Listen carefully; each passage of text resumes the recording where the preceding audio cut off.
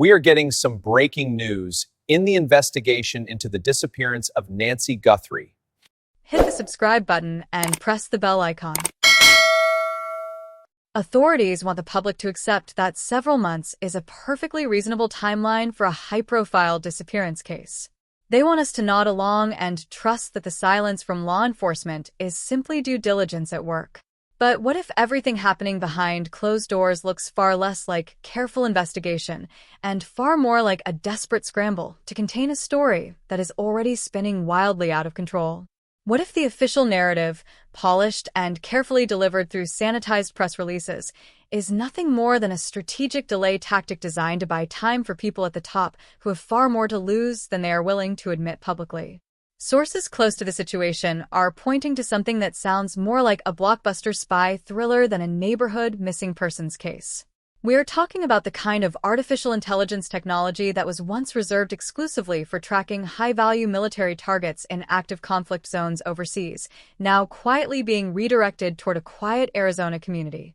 The same neural networks used to hunt insurgents in the shadows of Iraq and Afghanistan are allegedly being trained on doorbell footage, neighborhood traffic patterns, and mobile app data right here on American soil. If that does not make you sit up straighter in your chair, then you have not fully understood the magnitude of what is being described. And then there is the porch guy. For months, the public speculated endlessly that he removed that security camera simply to hide his face from investigators. It seemed like the obvious explanation, the kind of logical shortcut that makes intuitive sense when you first hear it. But the expert analysis emerging now tells a completely different and far more calculated story. According to Morgan Wright, a cybersecurity analyst and former senior advisor to the State Department, the camera was never about concealing an identity. It was entirely about concealing a vehicle. This distinction, subtle as it might seem on the surface, changes the entire complexion of the investigation and reframes everything we thought we understood about this case from the very beginning. Wright explained that the suspect was, in his own words, absolutely comfortable being on that porch in his disguise. The man lingered for several minutes. He used nearby vegetation for cover. He was not panicking or rushing. He moved with the deliberate calm of someone who had done their homework, someone who had rehearsed, someone who understood exactly what risks they were managing and which ones they were not. What he could not afford was for law enforcement to get a clean, usable image of his vehicle, because once investigators know the make and model, every license plate reader, every traffic camera, every ad tech data pipeline, and every commercial surveillance system in the surrounding region becomes a tightening net closing around that single piece of evidence on four wheels. Wright, who has worked with organizations ranging from the U.S. Marshal Service to the Texas Rangers and brings a background that includes time at some of the most sensitive intelligence agencies in the country, drew a striking and direct comparison to counterterrorism surveillance methods developed through DARPA's Gorgon Stare program. This was a system originally engineered to collect continuous, wide-area, high-definition aerial video over active conflict zones. When an improvised explosive device was discovered in the field, analysts would rewind the footage, identify every person and every vehicle that had been in the surrounding area during the relevant window, and then trace their movements methodically backward through time until a trail emerged. The same logic, Wright argues with considerable conviction, now applies directly to cases like this one. You identify the vehicle. You follow the vehicle across every available data source. And eventually, you find your suspect sitting at the end of a digital breadcrumb trail they never even realized they were leaving. The technology driving this effort goes so far beyond traditional police work that it would genuinely surprise most ordinary Americans to understand how much of their daily behavior is already being passively recorded and stored. Ad tech data, the information quietly and continuously harvested by mobile app developers every single time a user opens an application on their phone, creates a persistent digital fingerprint that travels with that device everywhere it goes. This data is collected independently of cellular carriers. It does not require a warrant in the traditional sense. And it paints an extraordinarily detailed picture of a person's movements, habits, and patterns over days, weeks, and months. Combined with cell site information, license plate reader logs, and aggregated video footage pulled from private residential cameras, commercial properties, and government infrastructure across a multi-mile radius, Analysts using modern AI platforms can construct what Wright describes as a pattern of life analysis, a comprehensive behavioral map showing not just where someone physically was at a given moment, but building an increasingly predictive picture of what they were doing, why they were doing it, and what they were likely planning next. Wright pointed specifically to his hands-on work with Fog Data Science, a company he applied directly to the Guthrie case during on-the-ground analytical work in Arizona, as a concrete example of how these capabilities are already being deployed in real active investigations today rather than remaining theoretical tools waiting for future application.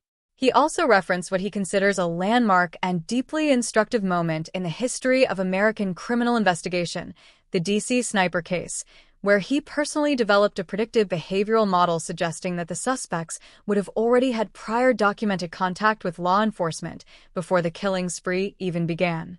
That hypothesis proved startlingly accurate when records revealed the suspects' vehicle tag had already been checked and logged by law enforcement officers on multiple separate occasions during the active investigation period. The lesson Wright draws from that case is one he returns to repeatedly. The data was always there. It existed. It was sitting in databases and logbooks and traffic camera archives the entire time. The missing ingredient was never the information itself. It was the analytical capability to synthesize that information quickly enough and comprehensively enough to actually matter before more lives were lost or more time was wasted chasing false leads. That speed is precisely where artificial intelligence does not just improve the investigative process, but fundamentally transforms it in ways that previous generations of law enforcement could not have imagined. Wright was refreshingly candid and careful about what AI genuinely does and does not do in these real-world scenarios. It does not replace human judgment. It does not make arrest decisions or establish probable cause on its own. It cannot substitute for legally defensible independent decision-making by trained investigators who understand the constitutional and evidentiary requirements of their work. What it does, and does extraordinarily well, is compress timelines in ways that have no historical precedent. It surfaces patterns and non-obvious relationships between seemingly unconnected data points that human analysts, working manually even in large teams, might take weeks or months or years to uncover on their own. As Wright put it with striking clarity, AI can reach that solution 1,000 times faster.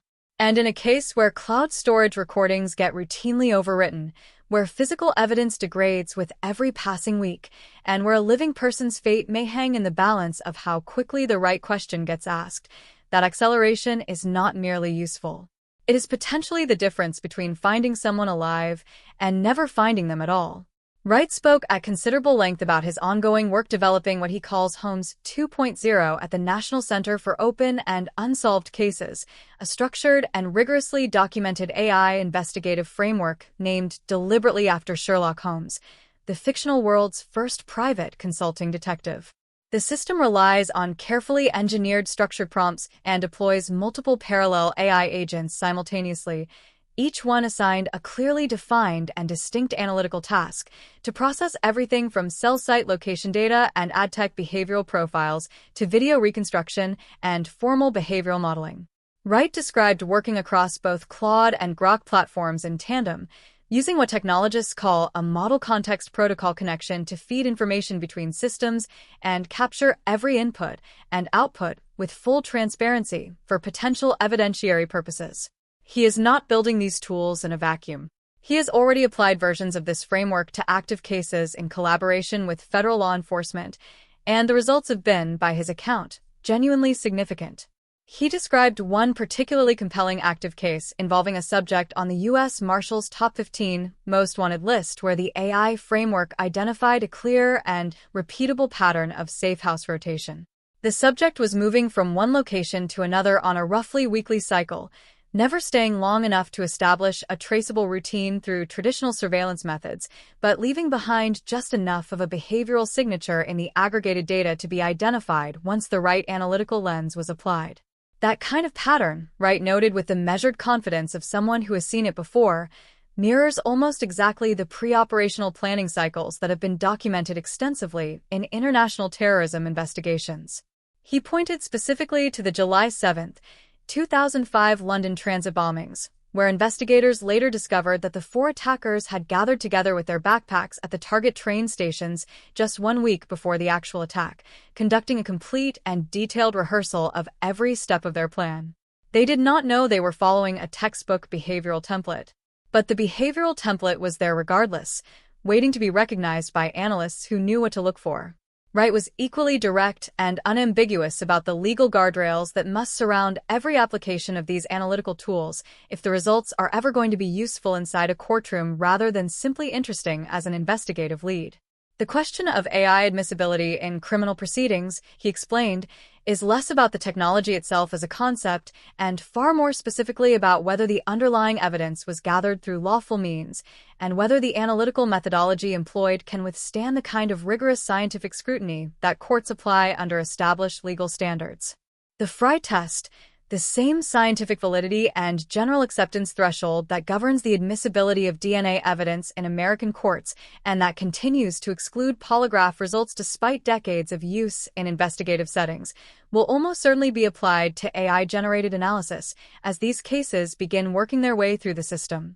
Wright, who spent years teaching behavioral analysis, interview technique, and interrogation methodology at the NSA, delivered what may be the most practically important piece of advice in the entire conversation. Transparency is not optional. It is the foundation of everything. Defense attorneys will find every gap. They will identify every undocumented analytical step. They will exploit every moment where the chain of custody is unclear or where the methodology cannot be explained in plain, reproducible terms to a jury of ordinary people. The solution is not to obscure how AI was used in building a case. The solution is to document the process so completely, so precisely, and so accessibly that there is genuinely nothing left to challenge or mischaracterize in front of a judge. The broader picture that Wright paints across the full arc of this conversation is one of extraordinary and genuinely historic promise sitting right alongside real and consequential growing pains that the entire field of law enforcement is still actively navigating in real time. The public release of ChatGPT occurred only roughly 2 years ago. The professional frameworks for teaching working investigators how to use these tools with the discipline and responsibility that criminal justice demands, how to identify hallucinations in AI output, how to recognize and correct for structural bias in analytical prompts, how to build evidentiary chains that will survive appellate review, are still being written and debated and revised right now. The courts have not established clear and consistent rules of the road for AI-assisted investigation, and Wright's position on this point is both firm and urgent. Waiting for the judiciary to develop those rules reactively, case by case, mistrial by mistrial, is a losing proposition for everyone involved, most of all for victims and their families who deserve the full benefit of every available analytical tool applied with every available professional safeguard. Law enforcement agencies, investigative professionals, and the organizations that train and certify them need to get comprehensively ahead of this curve immediately, establishing best practices and accountability standards before the legal system is forced to construct them in the middle of high-stakes trials where the stakes for getting it wrong are measured in justice denied. There is also a dimension to this story that goes beyond the technology itself and touches something rawer and more uncomfortable about how these investigations are resourced, prioritized, and publicly managed. Quietly circulating reports suggest that funding allocated specifically for next-generation investigative AI tools sat effectively dormant through critical early weeks of this case, not because the capability did not exist, but because the administrative and bureaucratic machinery required to deploy it moved at a pace completely incompatible with the urgency of the situation on the ground. Meanwhile, sources describe an internal atmosphere in the relevant offices characterized by finger-pointing, jurisdictional friction, and a level of institutional defensiveness that consumed energy and attention that belonged entirely to the investigation. When the public face of a case is managed more carefully than the investigation itself, something has gone profoundly wrong, and the people paying the price for that institutional failure are never the administrators protecting their careers. They are the families sitting by phones that are not ringing. Wright himself addressed the question of bias and heuristic shortcuts in investigative thinking with the kind of candor that is rare in public conversations about law enforcement methodology. He described a well-documented cognitive tendency that affects every human investigator regardless of experience or training: the instinct to leap from raw evidence directly to a satisfying narrative, skipping the careful and often uncomfortable interpretive work that should sit between them. We want shortcuts. We want the explanation that makes logical sense on the first pass. And that instinct, completely understandable and deeply human as it is, has derailed more investigations than most people in positions of authority are willing to publicly acknowledge. One of the most significant and underappreciated things that well-designed AI analysis can do, Wright argued, is surface those cognitive leaps and force investigators to confront what they assumed versus what the evidence actually demonstrates. It does not eliminate human judgment. It holds a mirror up to it. He described his preferred analytical output framework in terms that Einstein, of all people, would apparently have appreciated. Before running any analysis, Wright said, the most valuable time is spent not feeding data into a system, but defining with extreme precision what questions that system should actually be asked. What do we know with confidence? What do we believe we know but cannot yet fully verify? What are the genuine gaps in our knowledge, and do we have any available means to close them? What can we categorically never know given the evidence that exists? These are not glamorous questions. They do not generate viral content or drive engagement metrics. But they are the questions that determine whether an investigation ultimately delivers justice or collapses under the weight of its own assumptions at the worst possible moment.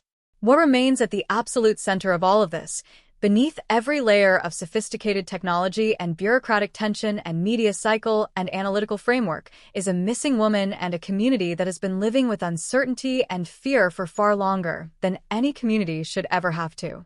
The data, as Wright says with a quiet intensity that lands harder than any dramatic flourish could, does not have a public relations department. It does not know how to protect anyone's reputation or manage anyone's narrative or make anyone's career survive the next election cycle. It simply reflects what happened, to whom, when, and in what sequence.